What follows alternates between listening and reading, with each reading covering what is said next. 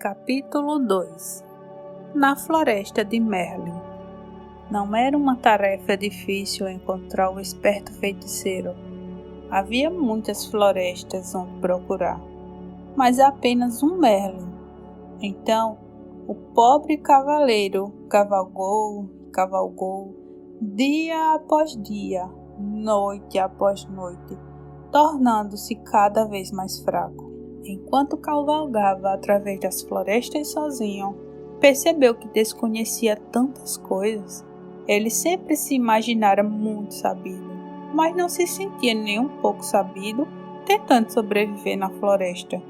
Relutante, admitiu para si mesmo que sequer sabia diferenciar os frutos venenosos dos comestíveis. Por isso, comer era um jogo de roleta russa. Beber não era menos arriscado. O cavaleiro tentou enfiar a cabeça dentro de um córrego, mas seu elmo se encheu de água. Por 2 vezes, quase se afobou. Como se isso já fosse ruim o bastante, ele estava perdido desde que entrara na floresta. O cavaleiro não sabia distinguir norte de sul ou leste de oeste. Felizmente, seu cavalo sabia. Depois de meses buscando em vão, sentia-se totalmente desanimado. Embora tivesse percorrido muitas léguas, o cavaleiro ainda não havia encontrado um Merlin. O que fazia sentir-se pior era o fato de nem ao menos saber que distância uma légua representava. Certa manhã, acordou sentindo-se mais fraco do que de costume e com uma sensação estranha. Foi nessa manhã que encontrou o Merlin. O cavaleiro reconheceu o mago imediatamente. Ele estava sentado debaixo de uma árvore, trajando um longo manto branco. Animais da floresta estavam reunidos à volta dele, e havia pássaros empoleirados sobre seus ombros e braços. O cavaleiro balançou a cabeça melancolicamente de um lado para o outro, e a armadura rangia com o movimento. Ele pensava: como era possível que todos esses animais encontrassem Merlin tão facilmente, se para mim era tão difícil? Exausto, o cavaleiro desmontou do cavalo. Estive procurando por você, ele disse ao mago. Há meses que estou perdido. Toda a sua vida, corrigiu o mago, arrancando com os dentes um pedaço de cenoura e repartindo-o com o coelho que estava mais próximo. O cavaleiro enrijeceu. Não vim de tão longe para ser insultado. Quem sabe você sempre tenha considerado a verdade um insulto, disse Merlin, compartilhando a cenoura com alguns dos outros animais. O cavaleiro também não ficou muito feliz com esse comentário, mas estava fraco demais, com fome e sede, para montar novamente em seu cavalo e sair cavalgando. Em vez disso, deixou cair sobre a grama o seu corpo aprisionado em metal. Merlin olhou para ele com compaixão e disse: você é um grande felizardo. Está fraco demais para fugir. O que você quer dizer com isso? Perguntou o cavaleiro. Merlin sorriu em resposta. Uma pessoa não pode fugir e aprender ao mesmo tempo. Ela precisa permanecer em algum tempo no mesmo lugar. Ficarei por aqui somente o tempo necessário para aprender a me livrar desta armadura, disse o cavaleiro. Quando você aprender isso, afirmou Merlin, nunca mais precisará montar em seu cavalo e sair cavalgando em todas as direções. O cavaleiro estava muito cansado para questionar isso. De algum modo, sentiu-se confortado e pegou no sono prontamente. Quando acordou, viu Merlin e os animais que estavam à sua volta. Tentou sentar, mas estava sem forças. Merlin lhe ofereceu um cálice prateado que continha um líquido de cor estranha. Beba isso, ele ordenou. O que é isso? Perguntou o cavaleiro, olhando para o cálice com suspeita. Você é tão medroso, disse Merlin. É claro, por isso que veste essa armadura. Como estava com muita sede, o cavaleiro preferiu não contrariar o mago. Está bem, eu bebo. Despeje através da viseira. Isso não, disse Merlin. Esse líquido é precioso demais para ser desperdiçado. Ele então arrancou um bambu, colocou uma ponta dentro do cálice e enfiou outra por um dos orifícios da viseira do cavaleiro. Que grande ideia, disse o cavaleiro. Chamo isso de canudo, replicou Merlin. Para quê? Por que não? O cavaleiro encolheu os ombros e sorveu a bebida com o canudo.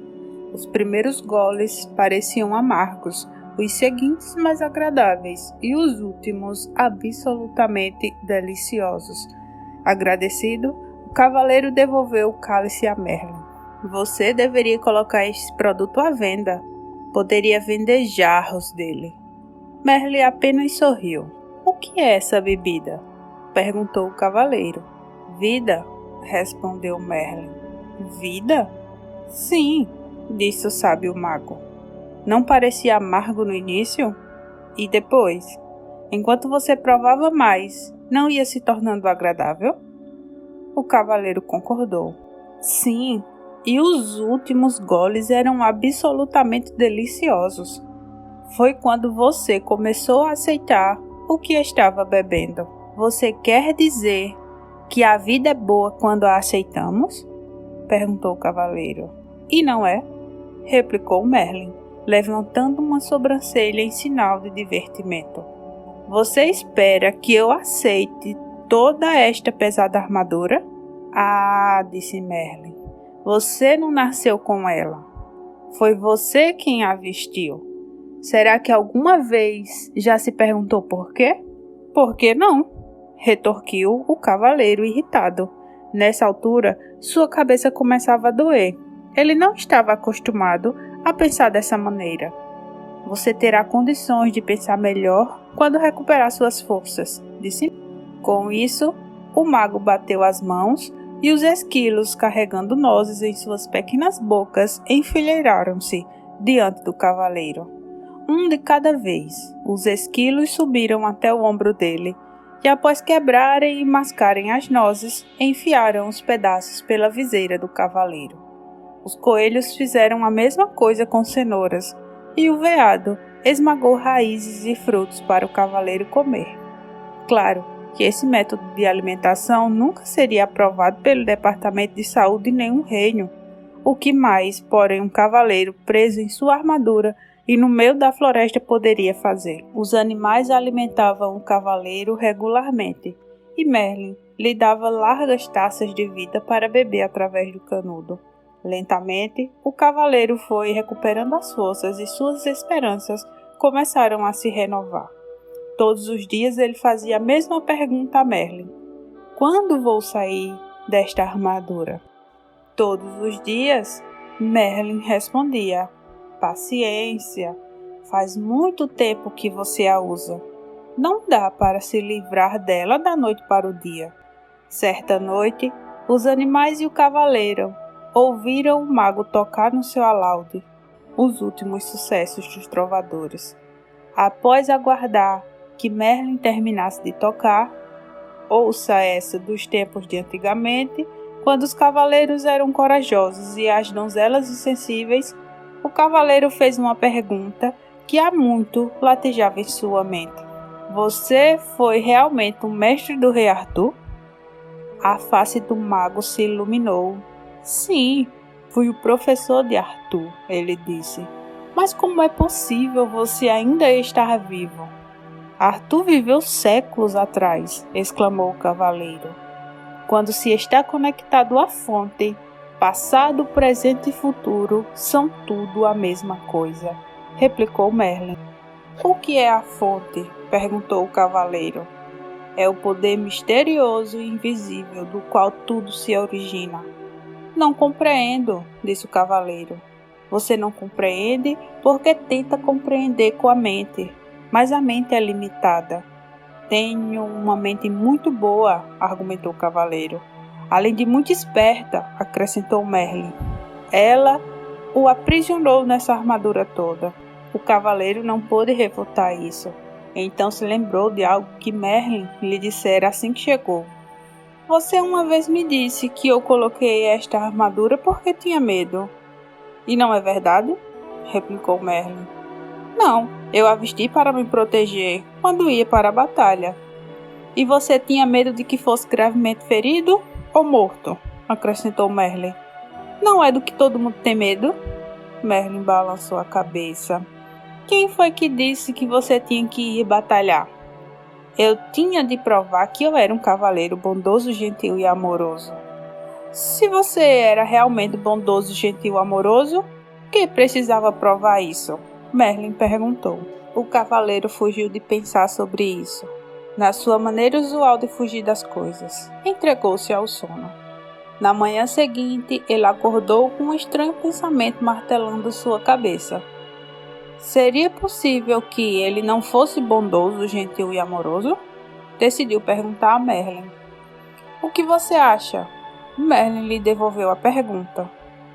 Por que você sempre responde com outra pergunta? E por que você sempre busca nos outros as respostas às suas perguntas? O cavaleiro saiu pisando o chão com força, furioso, xingando Merlin com a voz abafada. Esse Merlin, ele resmungou. Algumas vezes ele realmente entra debaixo da minha armadura. Com um baque, o cavaleiro jogou seu pesado corpo sobre uma árvore para refletir sobre as perguntas do mago. O que ele pensava? Será? Disse ele em voz alta para ninguém em particular. Que eu não sou bondoso, gentil e amoroso? Pode ser, disse uma voz tênue. Caso contrário, por que estaria sentado na minha cauda? O quê?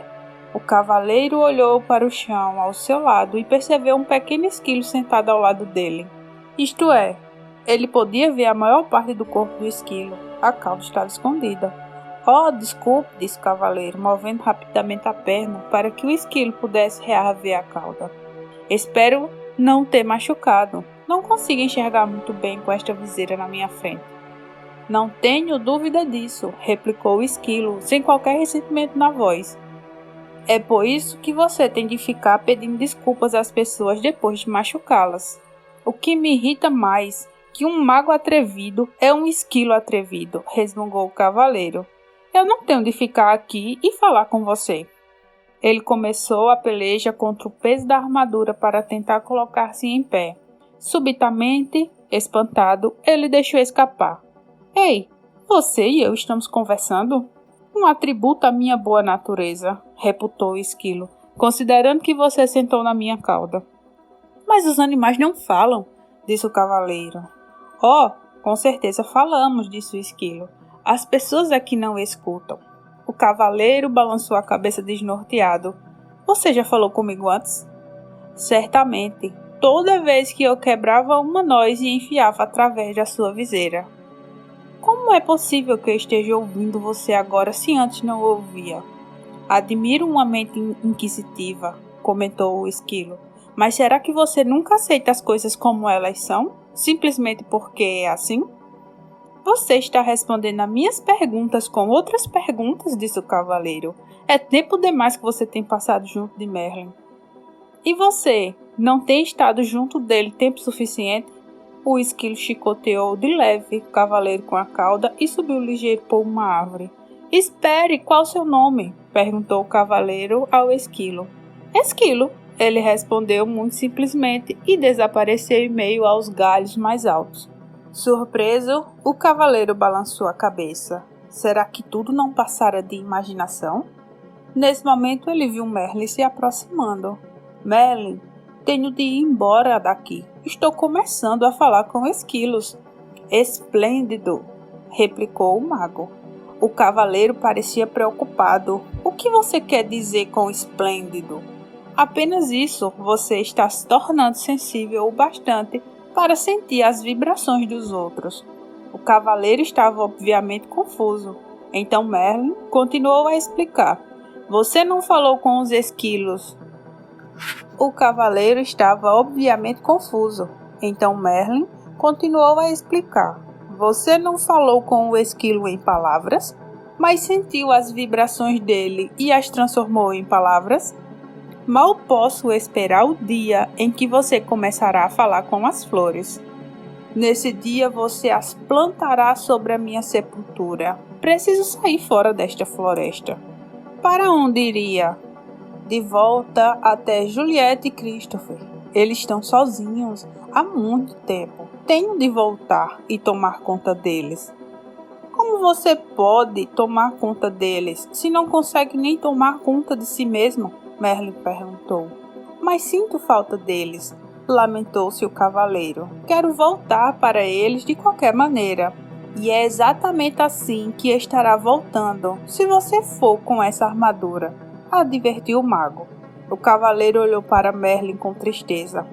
Não quero esperar até retirar esta armadura. Quero voltar agora e ser um marido bondoso, gentil e amoroso para Juliette e um bom pai para Christopher. Merlin balançou a cabeça compreensivamente. Em seguida disse ao cavaleiro que voltar para dar de si seria um adorável presente. Entretanto, um presente para ser um presente tem que ser aceito. Caso contrário, torna-se um obstáculo entre as pessoas, acrescentou o mago. Você quer dizer que eles poderiam não me querer de volta? Perguntou o cavaleiro, surpreso. É claro que eles me dariam uma nova chance. Afinal de contas, sou um dos melhores cavaleiros do reino. Talvez essa armadura seja mais espessa do que parece, disse Merlin gentilmente. O cavaleiro refletiu sobre isso. Ele lembrou as intermináveis queixas de Juliette sobre suas constantes idas às batalhas, sobre a atenção que dispensava a armadura e sobre a viseira fechada e seu hábito de abruptamente ir dormir para impedi-la de continuar falando. Talvez Juliette não o quisesse de volta, mas Christopher com certeza queria. Por que não manda um bilhete para Christopher perguntando o que ele acha? Sugeriu Merlin. O cavaleiro concordou que essa era uma boa ideia. Mas como fazer o bilhete chegar até Christopher? Merlin apontou para o pombo empoleirado no seu ombro. Rebeca o levará. O cavaleiro ficou intrigado.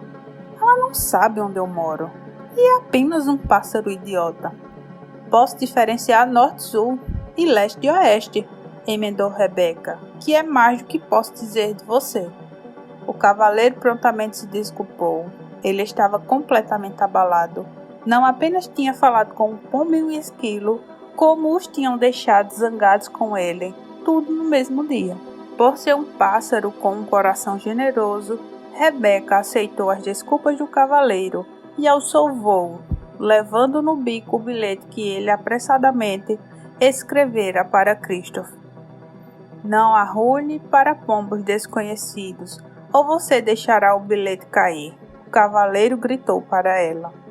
Rebeca ignorou essa insensata observação, compreendendo que o cavaleiro tinha muito que aprender. Uma semana se passou e Rebeca ainda não havia retornado. O cavaleiro estava ficando cada vez mais ansioso, temeroso de que ela tivesse se tornado presa de um dos falcões caçadores que ele e outros cavaleiros haviam treinado. Um tremor percorreu seu corpo ao pensar como podia ter participado de esporte tão maldoso.